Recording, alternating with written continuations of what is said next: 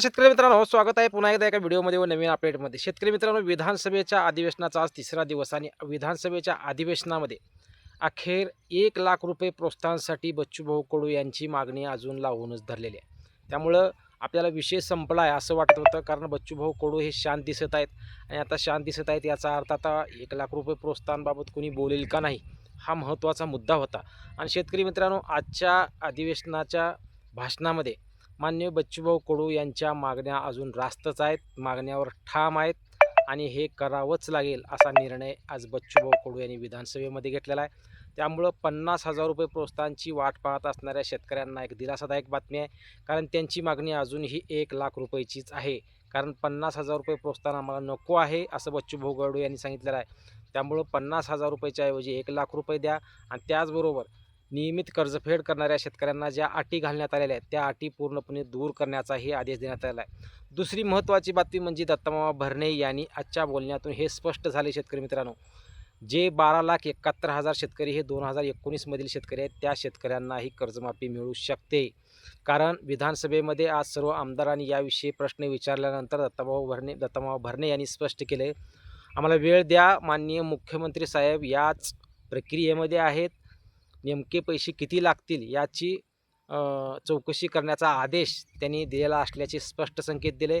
त्यामुळं निश्चित याबाबत चांगली बातमी येऊ शकते. कारण 2019 मधील शेतकऱ्यांना या कर्जमाफीमध्ये फक्त ₹50,000 देण्याचा निर्णय सध्या सरकारने जरी घेतलेला असला, तर त्याबाबत निश्चित तडजोड केली जाईल, त्याच्याबाबत मार्ग काढला जाईल आणि तो मार्ग काढला जात आहे असं स्पष्ट संकेत माननीय दत्तामामा भरणे यांनी दिलेत. त्यामुळं दत्तामामा भरणे यांना बोलण्याचे काही डायरेक्ट सांगण्याचे अधिकार नसतात. त्यामुळं त्यांनी बोलताना हे स्पष्ट केलं, त्यांच्या भाषणामध्ये हे जाणवलं, की 12,71,000 जे शेतकरी आहेत, त्या 12,71,000 शेतकऱ्यांना निश्चित दिलासा देण्याचा प्रयत्न माननीय मुख्यमंत्री, माननीय उपमुख्यमंत्री, दोन्ही उपमुख्यमंत्री करत असल्याचे त्यांनी स्पष्ट केले आणि त्या गोष्टीसाठी नेमका पैसा किती लागू शकतो याची प्रक्रिया चालू आहे आणि चौकशीचा आदेश दिला असल्याचे त्यांनी स्पष्ट संकेत दिलेत.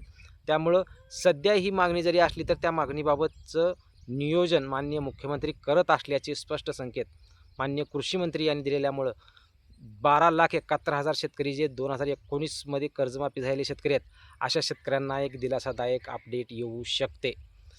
तिसरी अपडेट म्हणजे शेतकरी मित्रांनो, आजच्या माननीय बाबासाहेब पाटील यांच्या भाषणामध्ये सहकार मंत्री यांनी स्पष्ट केलं, OTS जर OTS तुमचं ₹3,00,000 असेल, तर तुम्हाला ₹1,00,000 भरावं लागेल आणि ₹2,00,000 शासन देईल, असे त्यांनी स्पष्ट संकेत दिलेत. त्यामुळं OTS बाबतही स्पष्टीकरण माननीय सहकार मंत्र्यांनी दिल्यामुळं शेतकऱ्यांना हे नियोजन करता येईल, की नेमकं आमचं कर्ज किती आहे, त्या कर्जाचं व्याज किती झाले व तुम्हाला OTS किती भरावं लागेल, याबाबतचे स्पष्टीकरण माननीय सहकार मंत्री यांनी दिलेले आहे. आणि सर्वात महत्त्वाची गोष्ट म्हणजे 2019 मधील शेतकरी आणि त्याचबरोबर प्रोत्साहन ₹1,00,000 हा खूप महत्त्वाचा मुद्दा आहे. बच्चूभाऊ कडूने आज प्रश्न हा लावून धरला आहे. नेमकं विधानसभेचं अधिवेशन संपवितोवर याबाबत निश्चित निर्णय होऊ शकतो.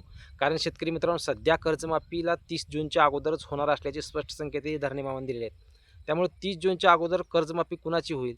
जे शेतकरी थकबाकीदार आहेत, अशा शेतकऱ्यांची कर्जमाफी 30 जूनच्या आत सुरुवात होणार आहे.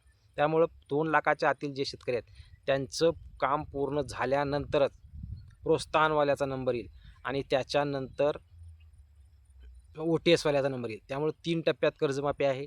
पहिल्या टप्प्यामध्ये जे शेतकरी 2,00,000च्या आतील आहेत, अशा शेतकऱ्यांच्या खात्यामध्ये DBTच्या माध्यमातून रक्कम त्यांच्या खात्यामध्ये टाकण्यात येणार आहे. 3 समित्या निर्माण करण्यात आलेल्या आहेत. लेखाशीर्षचे आदेश देण्यात आले आहेत. त्यामुळं जे 2,00,000च्या आतील शेतकरी यांचा पहिला टप्पा संपल्यानंतर अधिवेशना काळामध्ये निश्चित 2019 मधील शेतकऱ्यांचा मार्ग निघणार. त्याचबरोबर प्रोत्साहनचाही मार्ग निघणार. प्रोत्साहनमध्ये अटी घालण्यात आलेल्या आहेत. त्या अटीही दुरुस्त केल्या जाऊ शकतात. त्यामुळे या प्रक्रियेला जरी वेळ लागला तर चालेल, पण 2019 मध्ये शेतकऱ्यांना सरसकट कर्जमाफी मिळणं अपेक्षित आहे व जे रेग्युलर शेतकरी आहेत, अशा रेग्युलर शेतकऱ्यांना ₹1,00,000 प्रोत्साहनही मिळणं अपेक्षित आहे. आता बच्चूभाऊ कडूने आज मागणीला सुरुवात केली आहे. त्यामुळे उद्याही अधिवेशनामध्ये या गोष्टीची मागणी होऊ शकते. सर्व आमदारांनी जर मागणी केली, तर निश्चित या प्रक्रियेला विलंब का लागेना, परंतु निश्चित यश येऊ शकतं. फक्त 30 जूनच्या अगोदर ही थकबाकीदार शेतकऱ्यांच्या खात्यामध्ये 2,00,000ची रक्कम जमा करण्याची प्रक्रिया सुरू होऊ शकते आणि प्रोत्साहन आणि OTS या 2 टप्प्यामध्ये निश्चित याच्यामध्ये मार्ग निघेल व त्याही शेतकऱ्यांना मोठा दिलासा देण्याचा प्रयत्न राज्य सरकारकडून केला जाऊ शकतो. धन्यवाद मित्रांनो. अशाच नवनवीन व्हिडिओसाठी अपडेटसाठी चॅनलला सबस्क्राईब करा.